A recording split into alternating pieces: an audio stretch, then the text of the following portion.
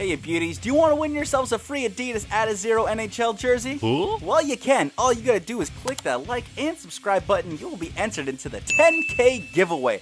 I'm giving away another Adidas NHL jersey at 10,000 subscribers, so make sure you're clicking that like and subscribe button to enter. How's it going, you beauties? It's producer guy Phil, and we are back with some more NHL 18 content. Hey, really quick, please be sure to crush that like and subscribe button, or else I'm going to put you on the injured reserve. And you do not want to be put on LTIR because it is not a good place. Actually, you know what? You get paid to pretty much sit on your butt and get like a lot of money. So you know what, maybe LTIR is not the worst thing, but you know what you can't do on LTIR? You can't play hockey, and you can't win yourselves a free Adidas NHL Add-A-Zero jersey. So make sure you're clicking that subscribe button to find yourselves on the active roster. Because, oh my goodness, this trade, like, talk about the sun and the moon. Holy jumping, there is a lot of assets going a lot of ways, mainly for one person, and that is Rick Nash. And whew, the Boston Bruins have acquired Rick Nash in a trade. Oh my goodness, I thought Nashville was like the front runner for sure, so this is actually very surprising. So let me bring up the trade for you, those of you who don't know what it is.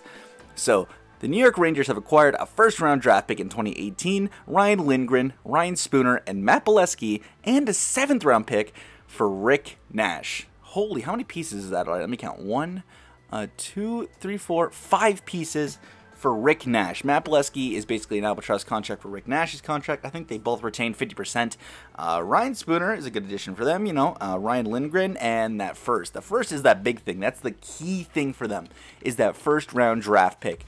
All right, so I'll fill you in on the team right now. So there you go. We have the best line in hockey, arguably, Marchand, Bergeron, and Pasternak.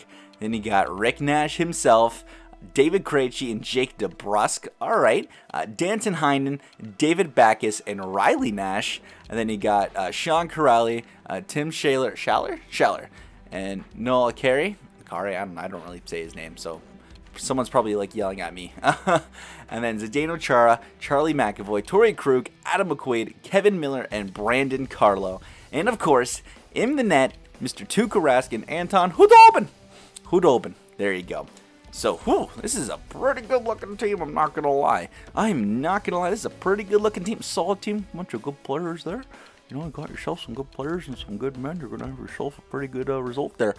All right, so big 2-1 win over Nashville. How do I feel about this trade? Well, you just gave a big, nasty power forward to the Boston Bruins. And didn't they, like, just sign Brian Giannis to, like, a league minimum contract, too? Like, oh, man, they are really gearing up for this playoff run. They are making all the stops just to make sure they go on a deep, deep run. You know, as a team, you know, as my favorite team's probably going to play them in the first round. I'm not looking too forward to that team, but they are loading up, and they just made themselves even more dangerous. They added, like, a big, brooding body, like a presence. Like, imagine that in front of Andrei Vasilevsky. Like, if Victor Hedman's not on the ice, good luck moving him, because, wow, that is something. And for the Rangers, acquiring 5 pieces in any trade is always a good sign, especially a draft pick, like a first-round pick. Ryan Spooner could be, like I said, a decent roster player for them, you know. I'm just curious as to see, like, what other moves they're going to make. McDonough's still on the block. Maybe Zuccarello. Do you move Zuccarello? They've already gotten rid of Grabner, so they basically put out, like, that open letter saying, hey, we're going to, like, trade everybody you love, but they said it a lot more politely.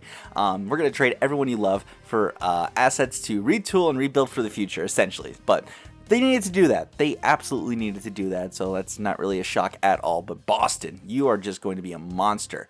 I haven't looked too much into this, but apparently Patrice Bergeron was leaving the arena last night in a boot. I haven't read anything since about that, so hopefully he's okay, because I would hate to see anything happen to that like monstrous line in hockey. Like, oh my goodness, like just seeing them like play last night is just kind of like, well, you know, you can't really shut them down. So just let them do their thing. And of course it was Marchand. Marchand scoring 2 goals last night. Oh, nothing more frustrating than watching Brad Marchand just pot 2 against your team. And you know what? That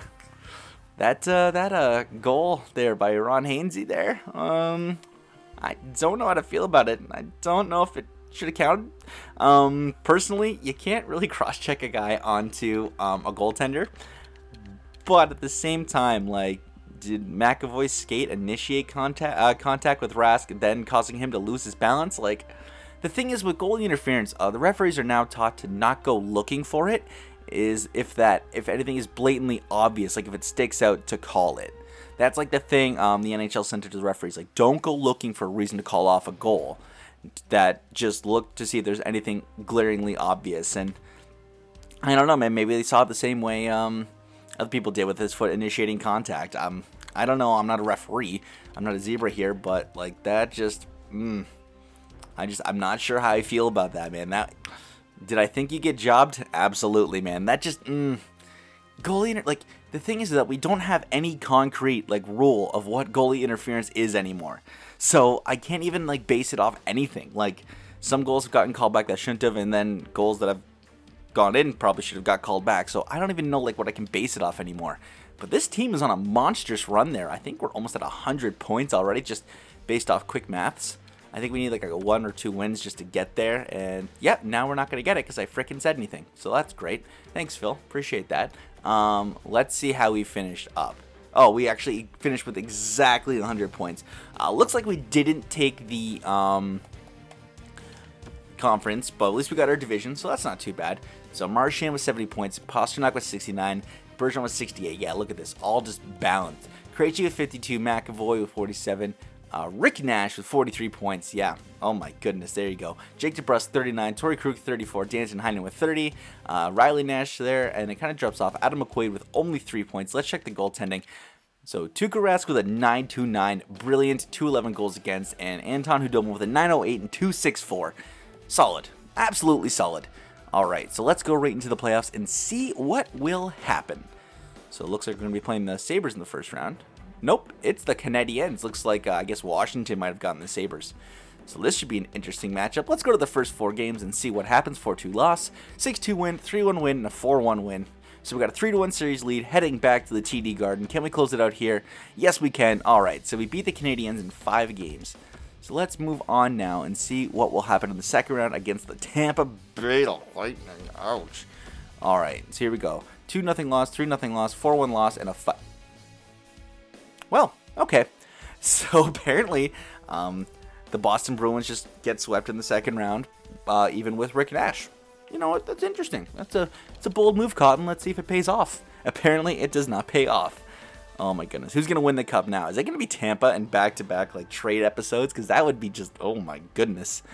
And it is. You know what? I'm gonna say Washington. That's my pick right now. I'm gonna go with Washington.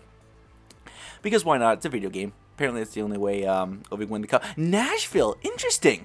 So the Nashville team that made it to the finals in the last sim actually won the cup this sim. It would be really ironic if they ended up beating Tampa.